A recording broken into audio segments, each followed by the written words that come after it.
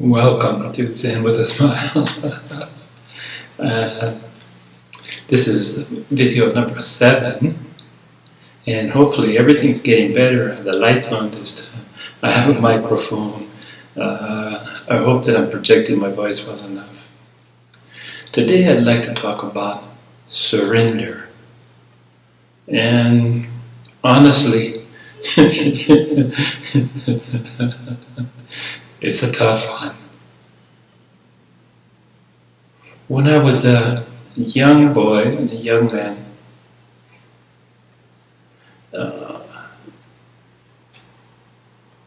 I never took directions well.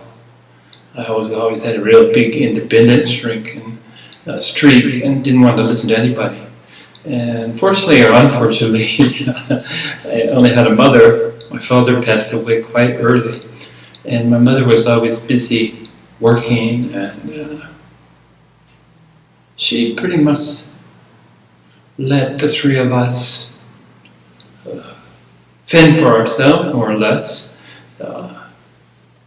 and answer to really no one but ourselves. When I was a young man, I thought that surrender meant giving up. That's what it really meant. Surrender meant giving up. I remember the experience I had with my first wife, where she said to me one day, after we'd been into a relationship, been married a year or two, who knows, said to me, "You never say yes or no." And I said, "Really?" And she goes, "Hey, you're doing it again." Yes, she knew. But maybe my life would have been better off if I would have surrendered to her, because she was a strong woman and quite good at life and navigating life, probably better than I was. And it may have been to my benefit in some way to surrender to her. But I chose not to. I kept my independence. I kept my passive resistance. And we ended up divorced. So much for surrender. And now I find myself here in Taiwan, amongst Taiwanese. And I think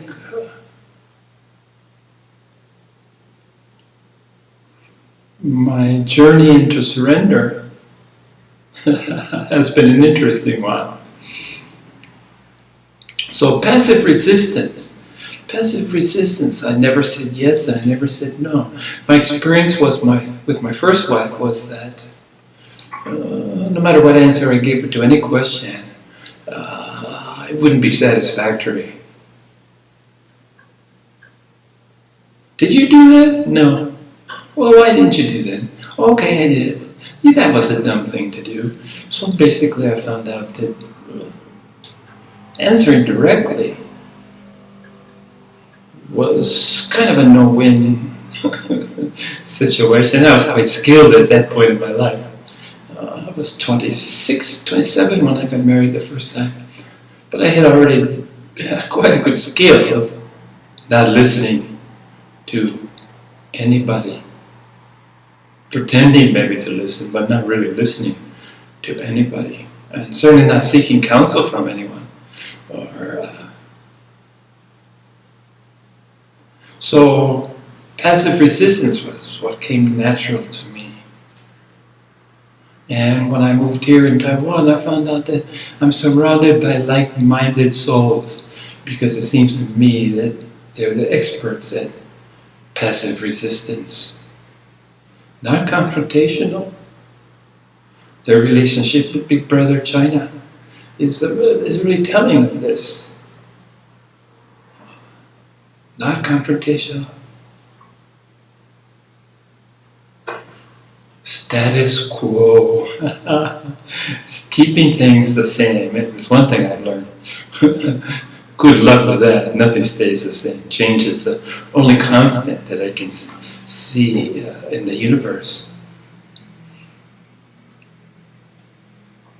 So, we're talking about surrender. In my journey with this concept. I have the closest, dearest Taiwanese family here, and amigo would tell me, just shut up and follow the rules. This is how he survived so well, and he's done a fantastic job of surviving in this society. Shut up and follow the rules. Yeah, it doesn't work for me, sorry. Just doesn't work for me. Probably paid a high price for not letting it work for me. But be that as it may. So, I saw surrender. I heard surrender to me pretty much shut up and follow the rules. Shut up and do as I say. Shut up and listen to me. I was told, 2 ears, 1 mouth. Listen twice as much. Never been very fond of listening, to be quite honest. Not a skill that I've perfected by any means. Listening. I'm getting better. And the ironic thing is, as I'm getting better, my hearing is getting worse and worse. Isn't that funny? This is what life is all about. But surrender. Let's come back to surrender. So again, surrender meant a lot of negatives to me. I didn't see much positive in surrender. I didn't really understand surrender.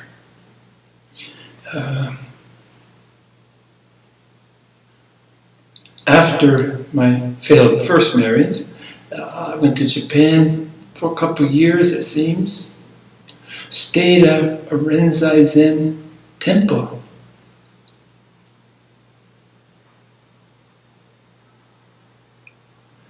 And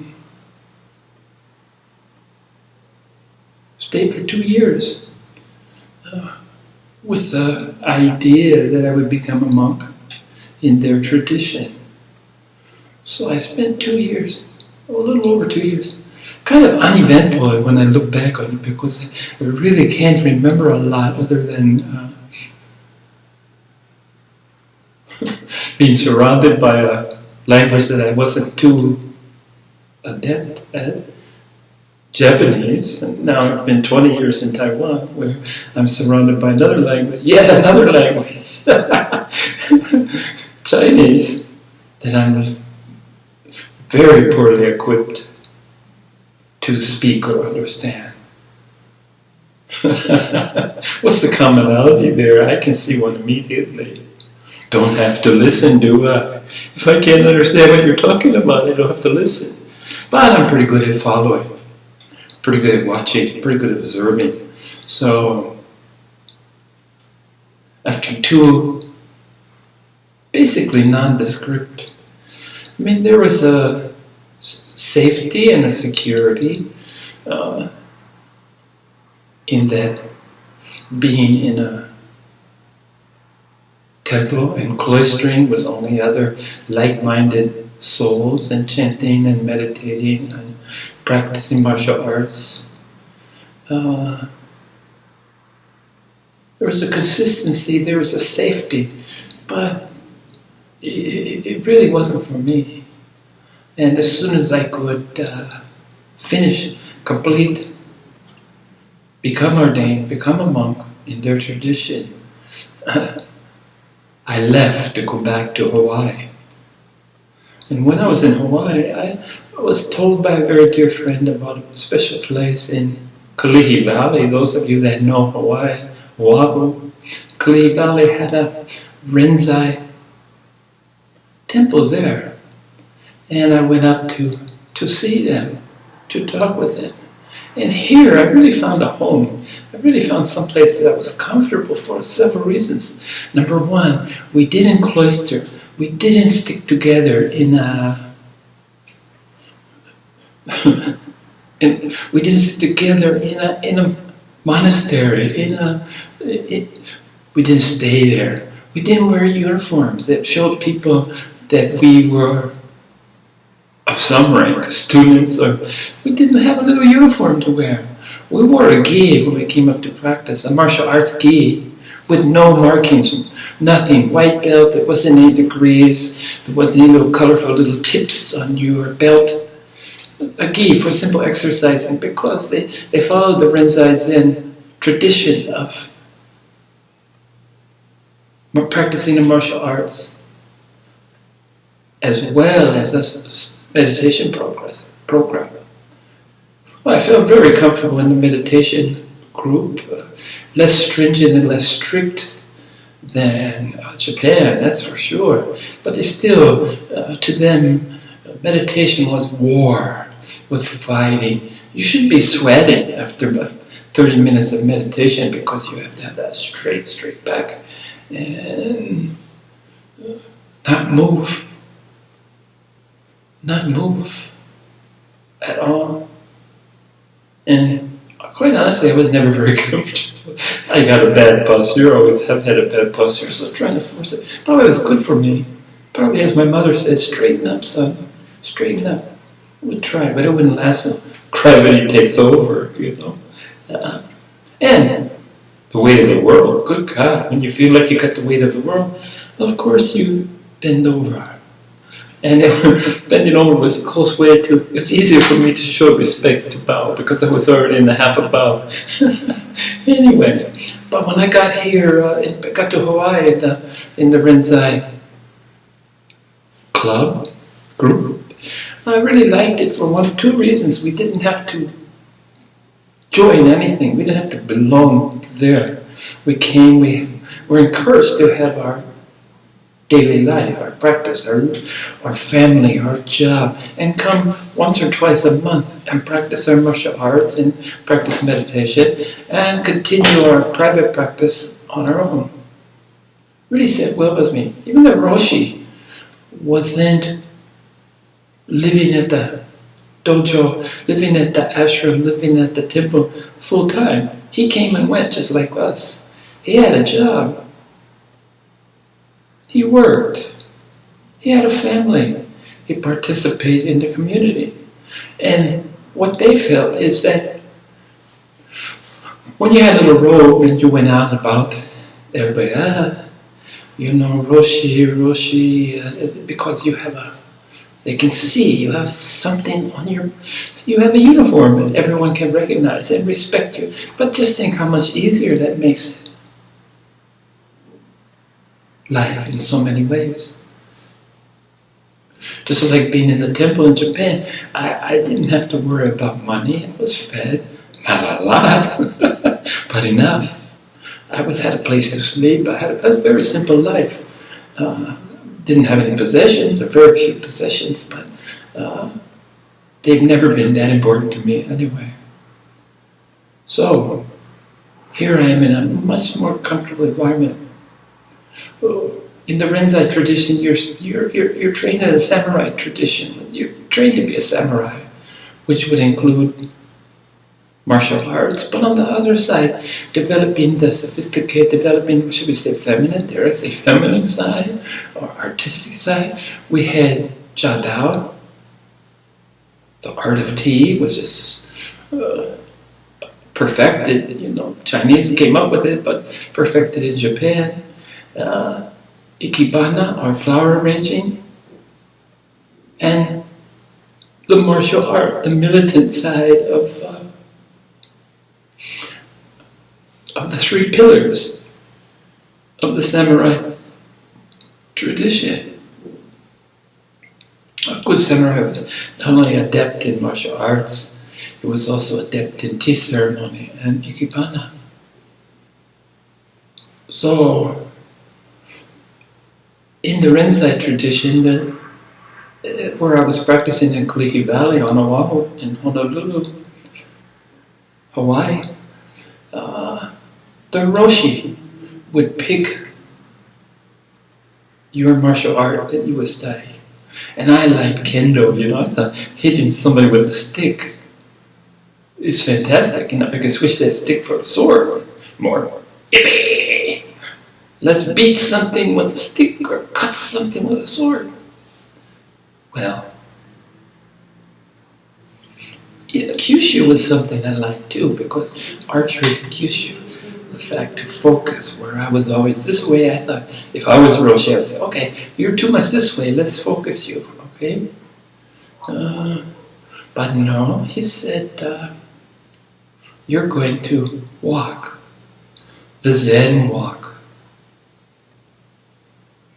And at this point, this is when I first was getting the taste of surrender, and it didn't have to be a negative thing. I said, okay, I trusted Roshi knows best, so I practiced the Zen walk, one foot carefully in front of the other, very rhythmic and simple. And I did it for 6 months, or 8 months, or a year when Roshi talked to me about it.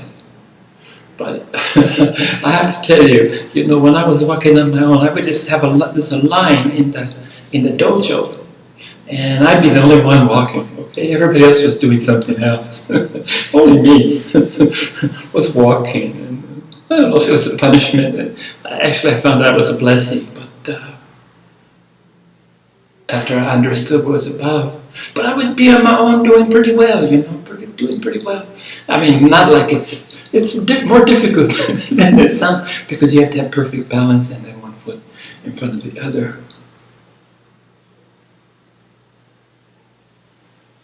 Well, when Roshi would come and watch with me, I couldn't do it.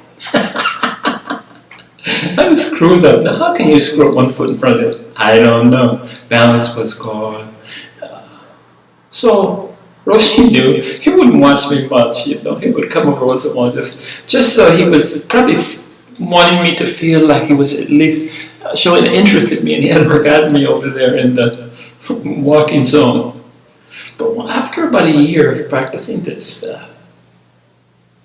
twice a week, 2 hours a day, for almost a year, I guess, about a year, when Roshi came to me and he said, I want to share with you about walking. I said, oh, good, would you?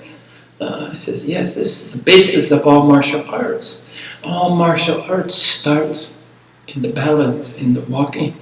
So what you're practicing is the foundation of all the other martial arts. I said, oh, interesting. And he said, when you can truly walk,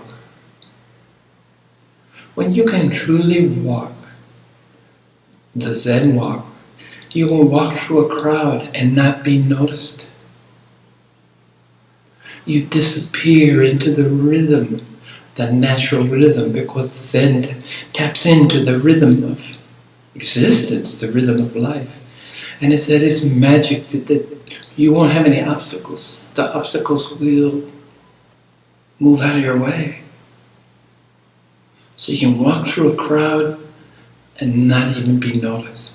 And I thought, man, I love this. I always wanted to be invisible. I was always really tickled. I love the thought of being invisible. Nobody can see me. Even now saying that makes it feel so good. Because I'm a low-key guy. And being invisible, when you wanted to be invisible, it's really truly a miracle. So I continued my walking, and now I have to say that I had a renewed vigor, a renewed enthusiasm. But I also, on the same hand, have to say that I never did master that walking, even after spending another year. I couldn't do it if anyone was watching me. At home, it was quite good in the privacy of my own room. In the dojo, when everybody's busy hitting and shooting and doing all the things that they were doing, judo. We had judo, kendo, and of course Kyushu was outside. The archery was outside. But in the dojo where I was, there's a lot of judo, lots of kendo, and one walker, me. Okay. And also in this tradition, those that the Renzai tradition differs from the Soto tradition in two ways that I'm sure there's more, but 2 ways that I could see. Number 1 is when you meditate, you face each other. In Renzai Zen, you form a circle and you face each other. In Soto Zen, you form a circle, but you face outward. You face the wall. Okay. Does that make a big difference? I don't know. I never practiced in a group. I never practiced the Soto idea, so I really don't know.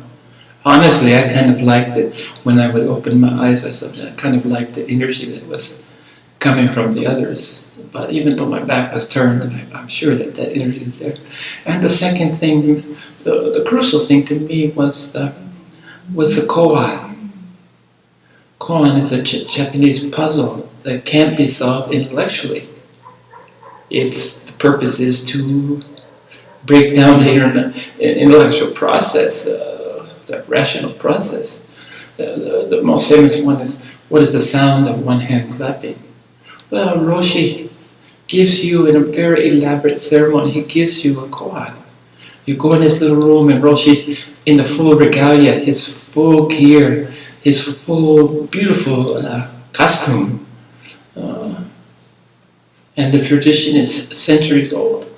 And Roshi changes from an easy-going, friendly guy you'd have a beer with to this strict, for want of a better word, terrifying presence. I mean, so strong and so unbending as Japanese can be. Just powerful. Physically, he wasn't a big guy, but man, in that little room, this was his room, dude.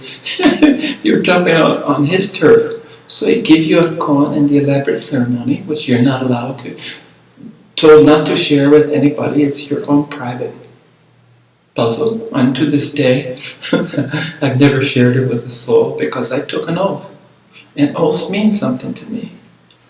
And in the very beginning, I thought this would be a matter of months, and I was solving it because I'm a smart guy, good with puzzles. Intellectually, I thought it was not bad. So I would go to him and set up an appointment. And it would be in the same little room with his same regalia, his same uniform, and me, the meek little student, would tell him, I solved it, here's the solution. And he would always use the old tradition, I hit you with the stick. Which means, no, you didn't get it. So I got reluctant to, with rejection, it's never been one of my favorite things. And I got reluctant to approach him about it again. Put farther and farther amounts of time between my appearances in that little room. So, still wrestling with surrender. Surrender is tough. Okay? Especially if you're independent, strong-willed, stubborn guy like I was. Why should I surrender? I know best. There's no one to surrender to that I respect enough to give up. Because that's what I thought surrender meant, is to give up. Like in a Western movie. And so I spent as much time thinking about surrender as I did my koan, probably. I remember thinking is to get past thinking, beyond thinking, for both of those things, that you really get closer to the grist, closer to the essence of the thing. But it reminded me of some time when I came to Taiwan, and some people would tell me, oh, we Chinese are very humble. And I thought, well, isn't that strange? Because it's like Donald Trump saying to you, I'm a very intelligent man. And I wonder, is that a smart thing to do? Is that a smart thing to do, to tell anybody that you're intelligent? If you are, shouldn't you keep your cards close to your vest so it's an advantage for you? Why would you brag that you are intelligent, smart? Why indeed? And why would you brag that the Chinese culture is humble? My understanding, I think, I had a better grasp on humble than I did on surrender. My grasp on humble is that a humble man would never say he's humble. Is that a humble thing to say? I'm humble? Does that sound humble? Is that what humble is? So I could get my head around humble, and I look at Donald Trump and I think, yeah, right. Why indeed would he tell people that he's very intelligent, a genius in fact? I leave that one to you. But surrender was in the same category. To me, I started looking the same way. I said, well, I'm not going to tell people I'm intelligent. I'm not going to tell people I'm humble. And maybe if I kept the surrender close to the vest, not tell anybody I surrender. Okay? So, I got through the 20s, first marriage, 30s, Zen life, 40s, kind of on coasting, haven't had to surrender to anybody. 50s, still didn't surrender. Last year, in my 50s, I had a heart attack. A big heart attack, in the hospital for 2 weeks, 59 years old. I said, aha, now I know that stubbornness, that inability to surrender to anyone or anything has a physical manifestation. For me, it was a heart attack. So, the 60s were mellower times. Okay. But I still I had to have aortic valve transplant when I was 64, and one bypass. I'd already had 2 stents, 1 stent put in, 2. So I was still paying the price. For stubborn living.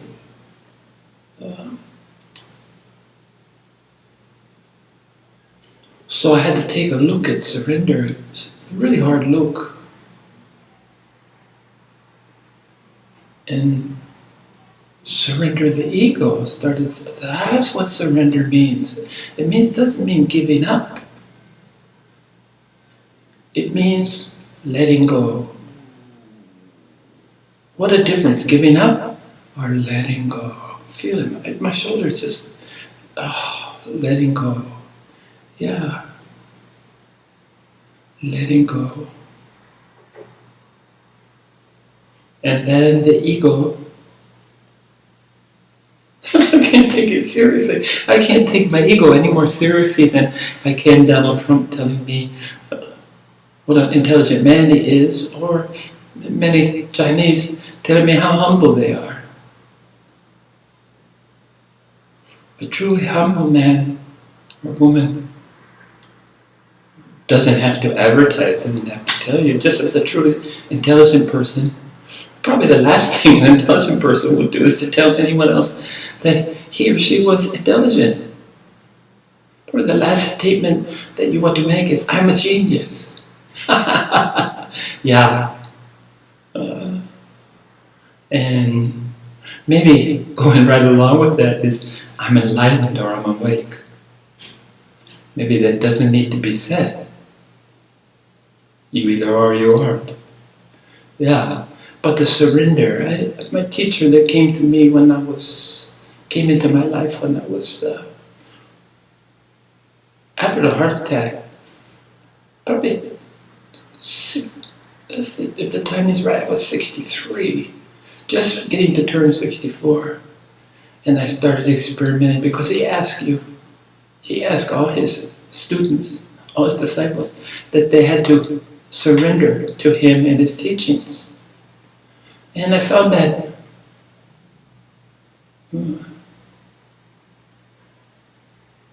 Not so threatening as I had, like giving up. Surrender to someone that surrender means that you can get rid of some barriers that are keeping you from experiencing what you want to experience. So, through this beautiful man, I learned a lot about surrendering. Okay? And what I really saw is surrendering the I, me, my. The I, me, my. Surrendering the ego. It's not surrendering to something. Surrendering to someone. It's letting go. I pictured myself most of my life walking up a steep hill, really steep hill, and carrying 100 or 200-pound bag of shit on my back. Okay? All the burdens, all the memories, all the losses, everything, resentments, and all this was in a bag. And I saw myself lugging this damn bag up a mountain. And one day I said, this is heavy. Put it down. Put the bag down. Put the bag full of shit down. Let it go. Then I knew what surrender truly was.